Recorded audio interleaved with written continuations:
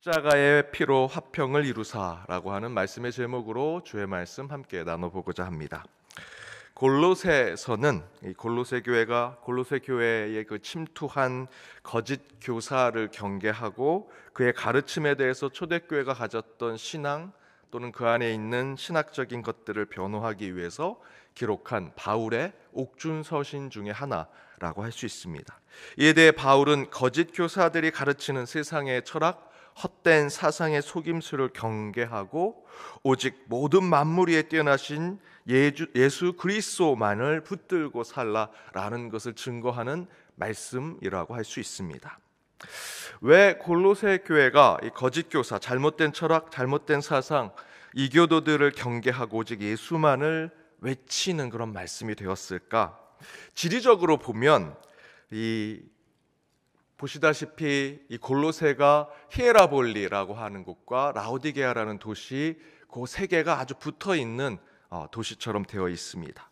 상업이 발달한 라오디게아하고 히에라볼리 도시 함께 이 소아시아의 투르키, 지금의 이 투르키의 서남쪽 지역에 발전된 도시 중에 한 도시가 골로새 도시였습니다.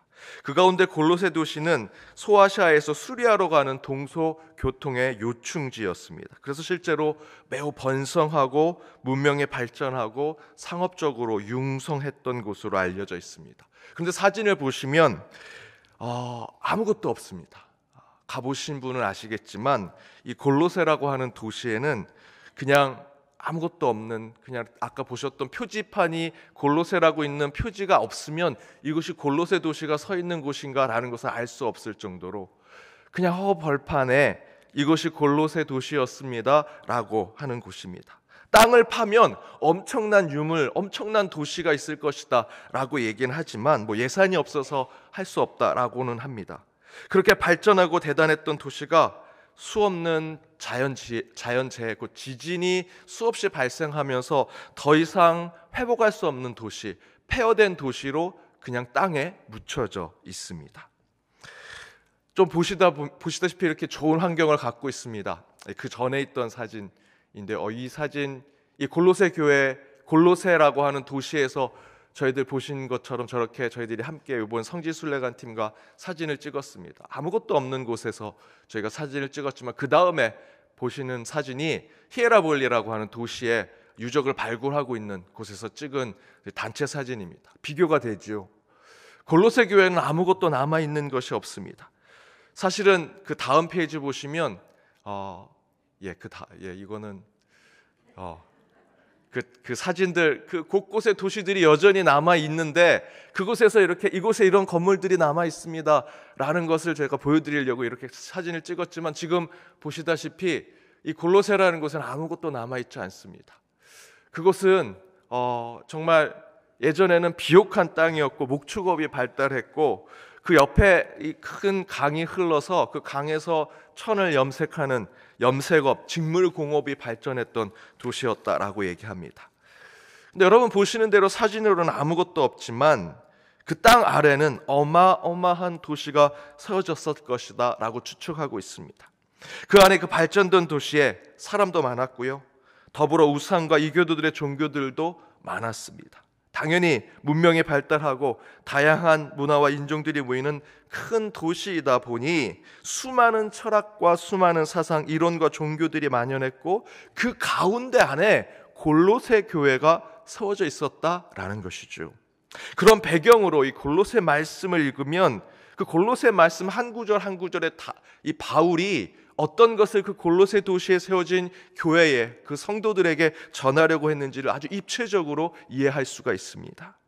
이처럼 골로새라는 도시에서 이 초대교회는 세상을 대변하고 있는 수많은 철학과 사상, 다양한 종교와 눈에 확실하게 보이는 우상들 사이에서 이 기독교가, 예수 그리스도가 진리라는 것을 증명해야 했습니다.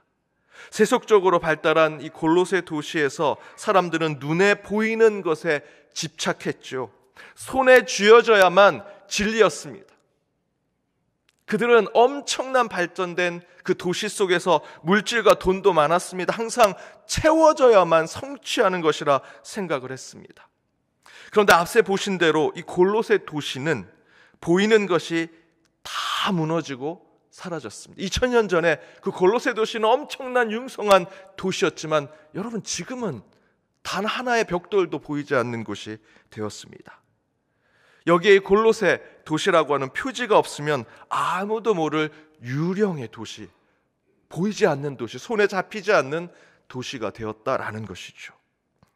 하지만 그 눈에 보이고 손에 쥐어진 것이 전부라고 생각했던 골로새 도시에 세워졌던 이 골로새 교회만이 진정한 진리를 붙잡고 후대에 그 살아있는 복음을 전하니 그 도시는 안개처럼 사라졌지만 골로새 교회가 전했던 그 복음과 그 말씀은 여전히 우리 믿음의 선배들이 붙잡고 지금 이 자리까지 그 골로새 교회에 선포됐던 복음의 말씀을 지금도 우리는 나누고 있습니다.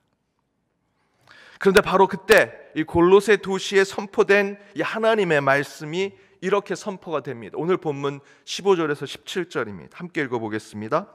그는 보이지 아니하는 하나님의 형상이시요 모든 피조물보다 먼저 나신 이시니 만물이 그에게서 창조되되 하늘과 땅에서 보이는 것들과 보이지 않는 것들과 혹은 왕권들이나 중지자들이나 권세들이나 만물이 다 그로 말미암고 그를 위하여 창조되었고 또한 그가 만물보다 먼저 계시고 만물이 그 안에 함께 섰느니라.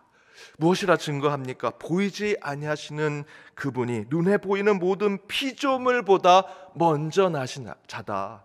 제가 앞에 말씀드렸던 대로 골로새 교회가 대단한 융성과 부흥을 이뤘던 도시라고 말씀드렸죠. 눈에 보이는 것, 손에 쥐어진 것이 전부라고 생각했던 도시였습니다. 그런데 그 가운데 바울이 골로새 교회에게 전했던 말씀은 바로 너희들이 붙잡아야 될 살아계신 하나님 그 예수 그리스도는 보이지 아니하시는 그분이다.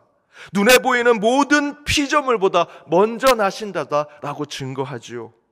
이 땅의 모든 것들이 다 예수 그리스도 때문에 이 땅에 나오게 되었다라고 증거합니다. 그러면서 17절에 그가 만물보다 먼저 계시고 그 안에 함께 있다. 그 전제는 그가 바로 그 예수 그리스도가 바로 보이지 아니하시는 하나님의 형상이라고 증거하는 것이 바로 15절에서 17절 말씀입니다. 눈에 보이는 것들이 전부였던 그 도시에 복음처럼 전해지는 바울의 하나님의 말씀은 보이지 아니하시는 그 하나님의 형상이 그들 위에 있고 그들 모든 것을 창조했다라고 증거하고 있다는 것이죠. 제가 신방 중에 권사님들과 함께 점심때가 돼서 식사할 곳을 찾게 되었습니다. 권사님들이 얘기하십니다. 야, 우리 간단하게 먹자. 김밥 먹을까? 아유, 목사님 계신데 그래도 좀 대접하자. 그러면 전골이나 찌개 있는 데 갈까? 찌개하고 전골은 나트륨이 많아서 목사님 건강에 안 좋으실 거야. 그러면 맛있는 백반집에 갈까? 백반보다 우리 고기 먹으러 가자. 고기는 그 고기 때문에 환경이 나빠진대. 그러면서 서로 막 얘기하다가 저한테 이렇게 얘기합니다. 목사님 때문에 점심 고르는 게 참 힘들어요. 저는 한마디도 안 했습니다. 본인들끼리 막 얘기하시면서 목사님 때문에 목사님 어떻게, 저는 아무것도 얘기 안 했는데 저를 맞춰주시는 것은 고맙지만 저 정말 괜찮습니다. 저 아무거나 잘 먹습니다. 웃자고 하는 얘기지만 우리 인생이 이런 문제가 생기거나 교회 공동체가 이런 문제가 발생하면 이 쉬운 일이 아니죠. 눈에 보이는 것에 대한 과잉의 집착, 손에 쥐어지는 지나친 소유는 절대로 진리에 이르지 못합니다. 인간다운 인간의 삶을 이루지 못하고요, 공동체다운 공동체를 이룰 수 없습니다. 무엇을 자꾸 더 가지려고 하고 더 찾아보려고 하고 우리 안에 지식이 더 많고 많은 것을 알고 있는 것이 결코 우리에게 진리를 주지 못한다라는 것이지요. 샤머니즘, 물질주의, 기복주의에 빠져가는 이 불교의 새로운 길을 제시했던 법정 스님이 이런 얘기를 하셨습니다. 무학이란 말이 있다. 전혀 배움이 없거나 배우지 않았다는 뜻이 아니다. 많이 배웠으면서도 배운 자취가 없음을 가리킵니다. 학문이나 지식을 코에 걸지 말고 지식 과잉에서 오는 관념을 경계하라는 뜻이다. 지식이나 정보에 얽매이지 않는 자유롭고 생기 넘치는 삶이 소중하다는 말이다. 지식이 인격과 단절될 때 그 지식인은 가짜요 위선자다. 많이 배우고 많이 알고 많이 가졌음에도 불구하고 배운 자취, 부자인 것 같은 티, 부자인 것 같은 모습이 없는 것이 무학이요 무소유라고 이야기합니다. 못 배우고 손에 쥔 것이 없는 것이 아니라 많이 배우고 많은 것을 가지고 있어도요, 인격과 성품, 삶과 공동체와 단절되었으면 그것은 가짜요 위선이라고 이야기하는 것이죠. 여러분, 저와 여러분은 예수 그리스도를 통해서 그것을 보아야 합니다. 예수님은 그 증거를 십자가에서 보여주셨습니다. 빌립보서의 말씀대로 하늘 보좌를 버리고 인간이 되셔서 인간 가운데서도 가장 밑바닥에 정죄와 심판을 받아 십자가의 심판대에서 조롱과 멸시 가운데 돌아가신 예수님. 그러나 그 십자가를 통해 예수님은 모든 인류를 구원하시고 살리셨습니다.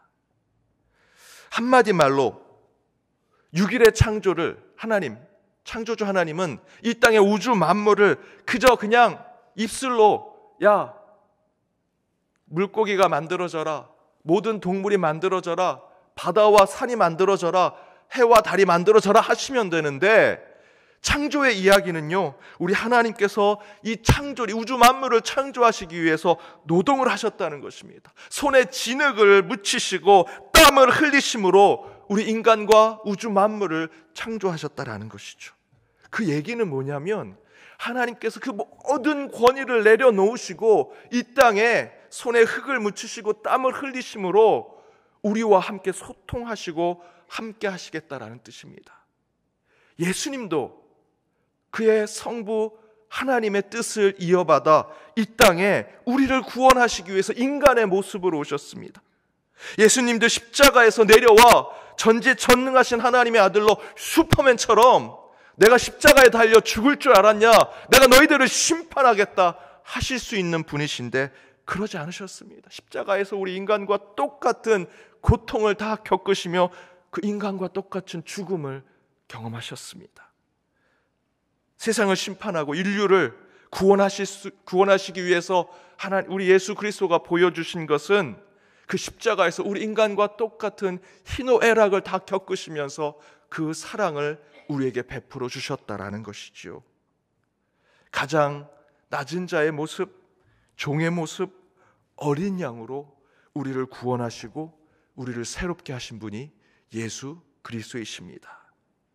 그것을 이 골로새 말씀에서는 20절에 이렇게 증거합니다. 우리 20절 말씀 함께 읽어보겠습니다.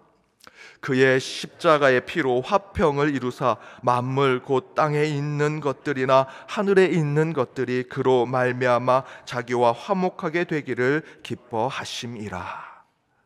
그렇게 눈에 보이지 않고 손에 잡히지 않은 하나님의 형상, 그 하나님의 세상은 모든 만물보다 뛰어나고 위대하며 그 만물 아래 하나님이 함께 하신다 증거하지요. 그런데 바로 그 하나님의 독생자 예수가 이 땅에 와 우리를 위해 가장 낮은 자의 모습, 겸손하신 모습, 낮아지심, 자기를 비움으로 구원의 역사를 이루시더라라는 것입니다. 그리고 바로 그것이 모든 것을 연결하고 모든 것을 묶어내며 함께 하도록 만든다 바울은 증거합니다. 그것이 20절의 말씀이지요. 곧 하나님의 아들 예수가 가장 낮은 자리였던 십자가에 내려오심으로 세상을 구원하고 세상을 연결하며 세상을 변화시키시더라. 따라서 사랑하는 여러분, 오늘 본문의 골로새서의 말씀에서의 이 화평이라는 것은 단순히 하나 되고 연합하고 협력하는 차원의 말씀을 이야기하는 것이 아닙니다.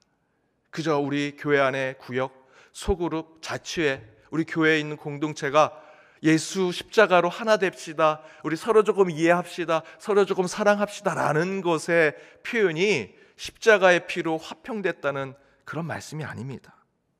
도저히 이룰 수 없는 부자와 가난한 자, 주인과 종, 유대인과 헬라인, 귀족과 평민, 서로 얼굴색이 다른 인종들, 다른 민족들 사이가 결코 하나 될 수 없는 그들 가운데 그들을 하나로 묶고 연합케 하며 화평케 하는 것이 예수 그리스도의 십자가요 그분의 보혈이라는 것입니다. 골로새라는 물질과 세속에 가장 부흥하고 융성했던 도시는 여러분 이제 앞에서 보셨던 사진대로 땅에 파묻혀 있습니다. 그렇게 손에 쥐는 것, 배를 채우는 것, 눈에 보이는 것들을 찾아갔던 그 도시는요, 이제 더 이상 눈에 보이지 않습니다. 손에 잡히지 않는 도시가 되었습니다. 그러나 그 가운데 세워졌던 교회에 보내졌던 이 4장의 골로새 말씀은 영원히 살아 우리의 골수와 관절을 쪼개며 살아계신 하나님의 말씀으로 지금까지 전해지고 있습니다. 그렇게 할 수 있는 유일한 힘은 예수 그리스도의 십자가, 그리고 그 십자가에서 흘리신 주님의 보혈 때문입니다. 그의 피를 힘입어 가장 나약하고 보잘것없으나 그 약함의 강함을 깨닫게 하시고 그것을 통해서 이 땅에 살아갈 능력을 우리에게 주신 것, 저와 여러분도 그 예수의 십자가, 그 보혈만을 이어받아 그 진리의 삶을 이어 살아가는 것이 우리의 신앙 아니겠습니까? 사랑하는 여러분, 자격 없는 저희에게 능력과 힘을 주시는 예수 그리스도의 십자가의 보혈을 통해 저와 여러분이 완전함을 이루고 그 안에 오직 주님만을 찬양하는 삶을 살기를 원합니다. 특별히 이제 대림절, 아기 예수를 기다리는 이 기간에 더욱더 보혈로 새롭게 되며 십자가로 우리의 삶을 더욱더 주님 앞에 온전히 드리며 나아가는 연동의 모든 권속들 되시길 주님의 이름으로 축복합니다. 우리 찬양으로 함께 결단하길 원합니다.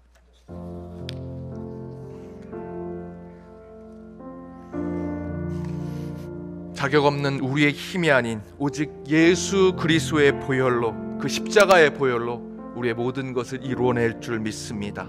그 예수의 피를 함께 찬양하도록 하겠습니다.